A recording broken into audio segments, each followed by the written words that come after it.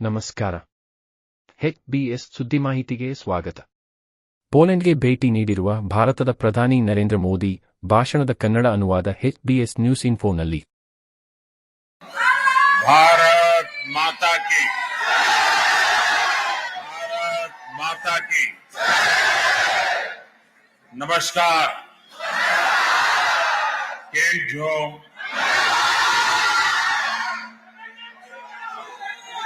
वणक्कम, सत श्री अकाल, जिन दोबरे.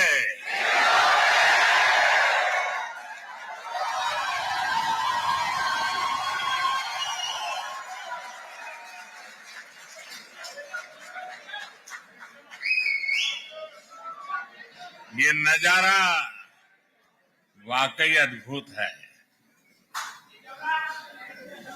और आपका ये उत्साह भी अद्भुत है. मैं जब से यहां पैर रखा है आप थकते ही नहीं है.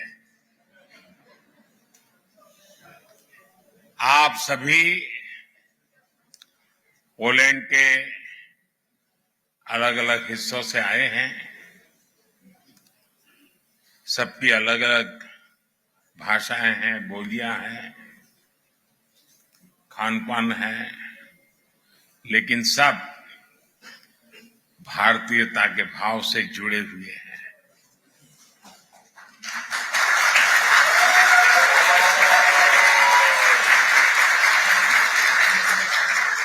आपने यहां इतना शानदार स्वागत किया है. मैं आप सभी का, पोलैंड की जनता का इस स्वागत के लिए बहुत आभारी हूं.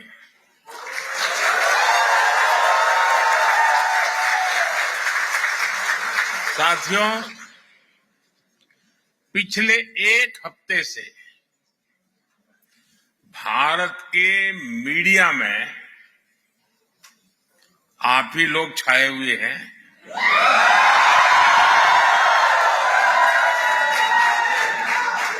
पोलैंड के लोगों की खूब चर्चा हो रही है और पोलैंड के विषय में भी बहुत कुछ बताया जा रहा है. और एक हेडलाइन और भी चल रही है और मीडिया में बताया जा रहा है कि 45 साल बाद भारत का कोई प्रधानमंत्री पोलैंड आया है.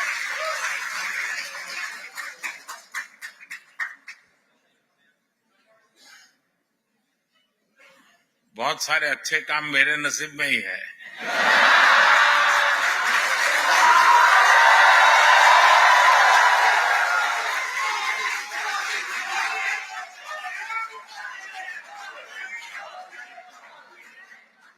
कुछ महीने ही पहले मैं ऑस्ट्रिया गया था. वहां भी 4 दशक बाद भारत का कोई प्रधानमंत्री वहां पहुंचा था.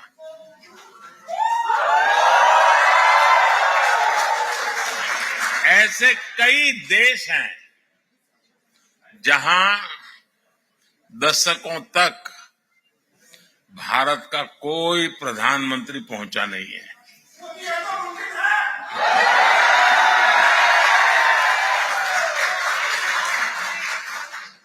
लेकिन अब परिस्थितियां दूसरी है.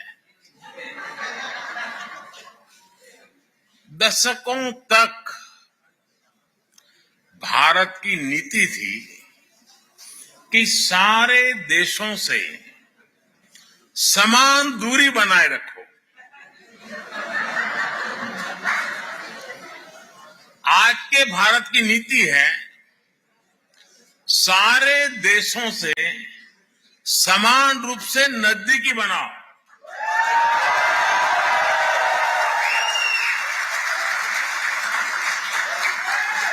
आज का भारत सबसे जुड़ना चाहता है. आज का भारत सबके विकास की बात करता है। आज का भारत सबके साथ है, सबके हित की सोचता है।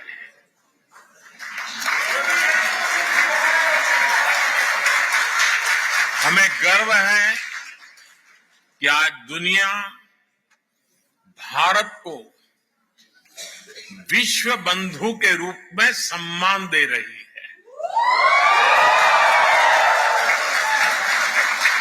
आपको भी यहां यही अनुभव आ रहा है ना? मेरी जानकारी सही है ना? साथियों, हमारे लिए ये जियो पॉलिटिक्स का नहीं है, बल्कि संस्कारों का, वैल्यूज का विषय है। जिनको कहीं जगह नहीं मिली, उनको भारत ने अपने दिल और अपनी जमीन दोनों जगह स्थान दिया है।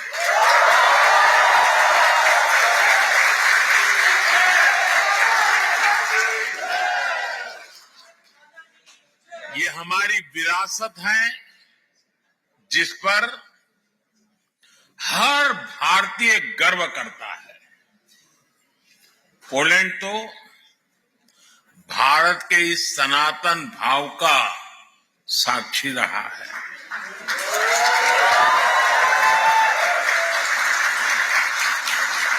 हमारे जाम साहब को आज भी पोलैंड में हर कोई दोबरे यानी गुड महाराजा के नाम से जानता है।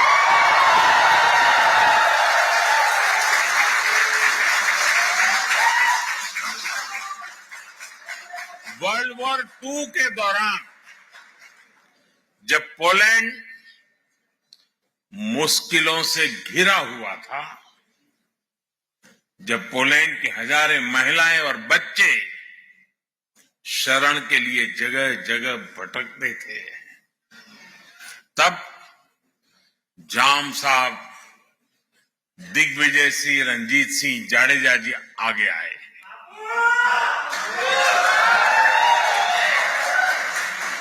उन्होंने पुलिस महिलाओं और बच्चों के लिए एक विशेष कैंप बनवाया था। जाम साहब ने कैंप के पुलिस बच्चों को कहा था, जैसे नवानगर के लोग मुझे बापू कहते हैं, वैसे ही मैं आपका भी बापू हूं। साथियों, मेरा तो जाम साहब के परिवार से काफी मिलना जुलना रहा है। मुझ पर उनका अपार स्नेह रहा है। कुछ महीने पहले भी मैं वर्तमान जाम साहब से मिलने गया था। उनके कमरे में पोलैंड से जुड़ी एक तस्वीर आज भी है, और मुझे ये देखकर अच्छा लगता है कि जाम साहब के बनाए रास्ते को पोलैंड ने आज भी जीवंत रखा है।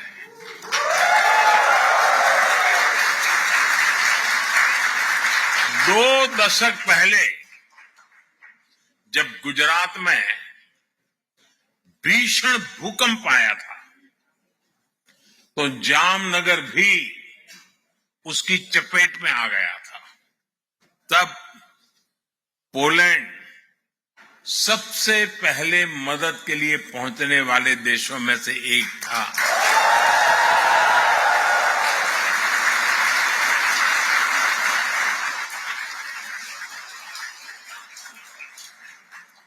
यहां पोलैंड में भी लोगों ने जाम साहब और उनके परिवार को भरपूर सम्मान दिया है। ये प्यार वार्सो में गुड महाराजा स्क्वायर में साफ साफ दिखता है। कुछ देर पहले मुझे भी दोबरे महाराजा मेमोरियल और कोल्हापुर मेमोरियल के दर्शन का सौभाग्य मिला है। इस अविस्मरणीय घड़ी में मैं एक जानकारी भी आपको देना चाहता हूं। भारत जाम साहब मेमोरियल यूथ एक्सचेंज प्रोग्राम शुरू करने जा रहा है।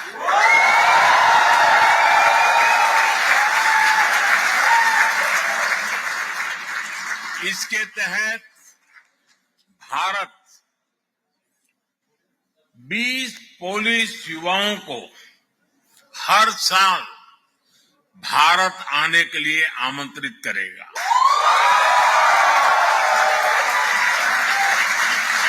इससे भारत के बारे में पोलैंड के युवाओं को और ज्यादा जानने का मौका मिलेगा। इससे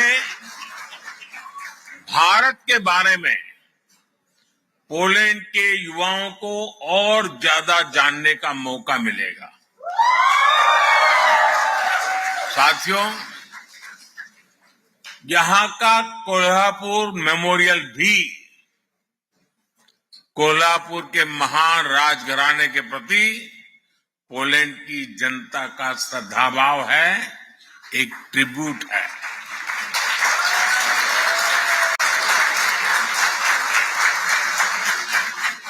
महाराष्ट्राच्या नागरिकांच्या आणि मराठी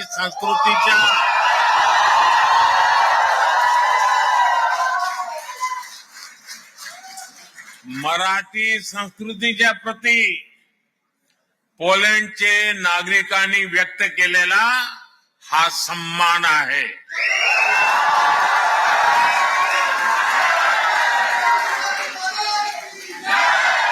मराठी संस्कृतीत मानव धर्म आचरणाला सर्वात अधिक प्राधान्य आहे।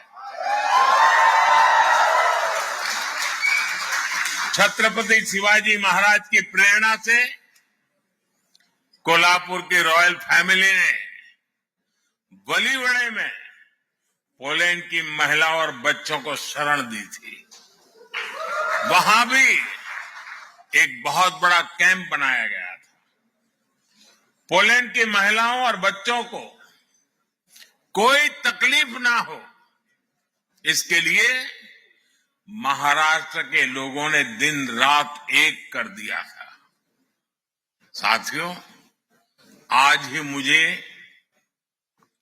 मोंटे कैसिनो मेमोरियल पर भी श्रद्धांजलि देने का अवसर मिला है। ये मेमोरियल हजारों भारतीय सैनिकों के बलिदान को भी उनकी भी याद दिलाता है। ये इस बात का भी प्रमाण है कि कैसे विश्व के हर कोने में भारतीयों ने अपना कर्तव्य निभाया है। साथियों, 21वीं सदी का आज का भारत अपनी पुरानी वैल्यूज, अपनी विरासत पर गर्व करते हुए विकास के रास्ते पर आगे बढ़ रहा है।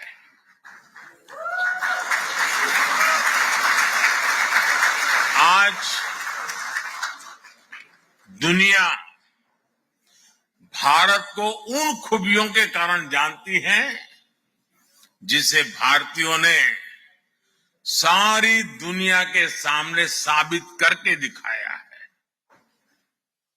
हम भारतीयों को एफर्ट्स, एक्सीलेंस और एम्पैथी के लिए जाना जाता है।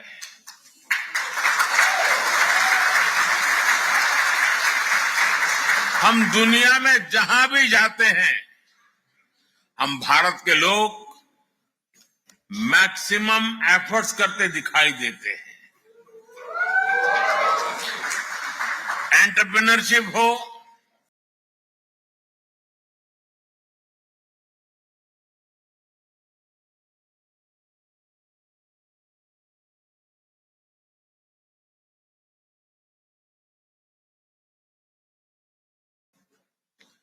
केयर गिवर्स हो, या हमारा सर्विस सेक्टर हो, भारतीय अपने एफर्ट से अपना और अपने देश का नाम रोशन कर रहे हैं। ये मैं आपकी बात बता रहा हूं।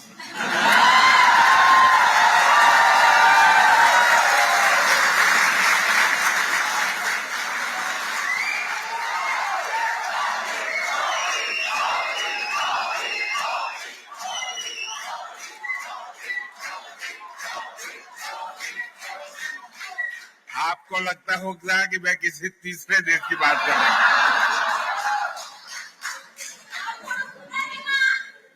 पूरी दुनिया में भारतीय एक्सेलेंस के लिए भी पहचाने जाते हैं। आईटी सेक्टर हो या भारत के डॉक्टर्स हो, सभी अपने एक्सेलेंस से छाए हुए हैं।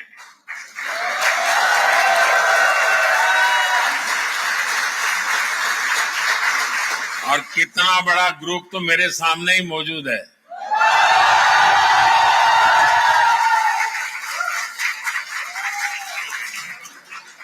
साथियों, हम भारतीयों की एक पहचान एम्पैथी भी है। दुनिया के किसी देश में संकट आए, भारत पहला देश होता है जो मदद के लिए हाथ बढ़ाता है।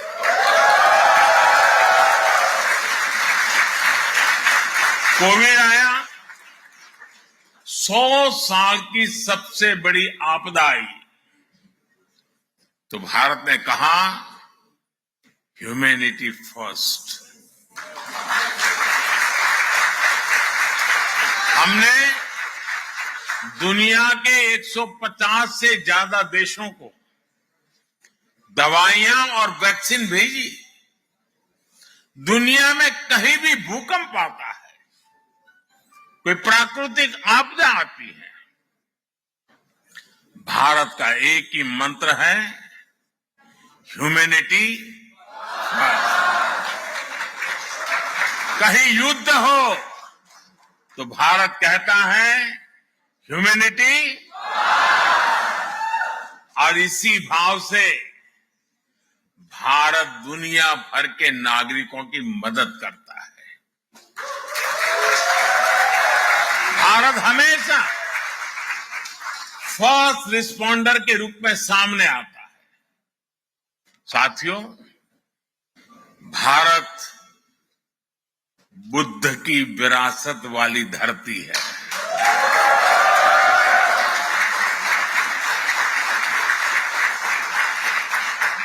और जब बुद्ध की बात आती है तो जो युद्ध नहीं, शांति पर विश्वास करती है।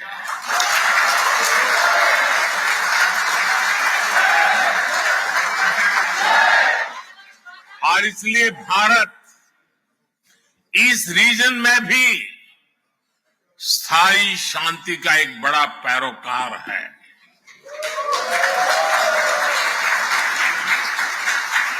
भारत का मत एकदम साफ है, ये युद्ध का युग नहीं है।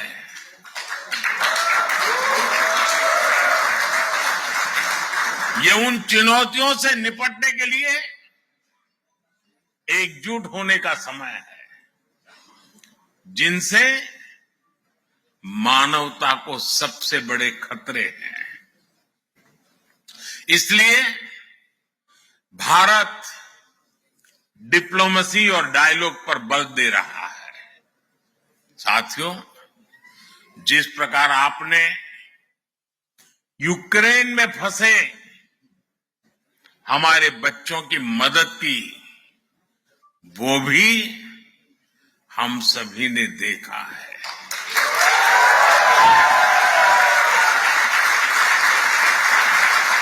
आपने उनकी बहुत सेवा की थी। आपने लंगर लगाए, आपने अपने घर के दरवाजे खोले, अपने रेस्तरां खोल दिए। पोलैंड की सरकार ने तो वीजा जैसे बंधनों को भी हमारे स्टूडेंट्स के लिए हटा दिया था।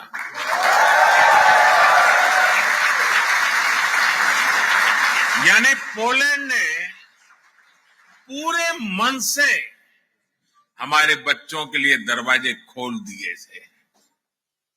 आज भी जब मैं यूक्रेन से लौटे बच्चों से मिलता हूं तो वे पोलैंड के लोगों की और आपकी खूब प्रशंसा करते हैं।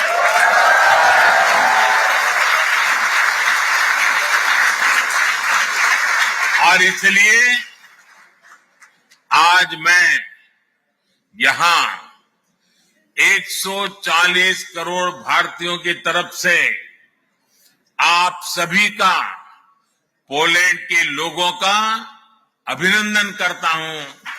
मैं आपको सैल्यूट करता हूं।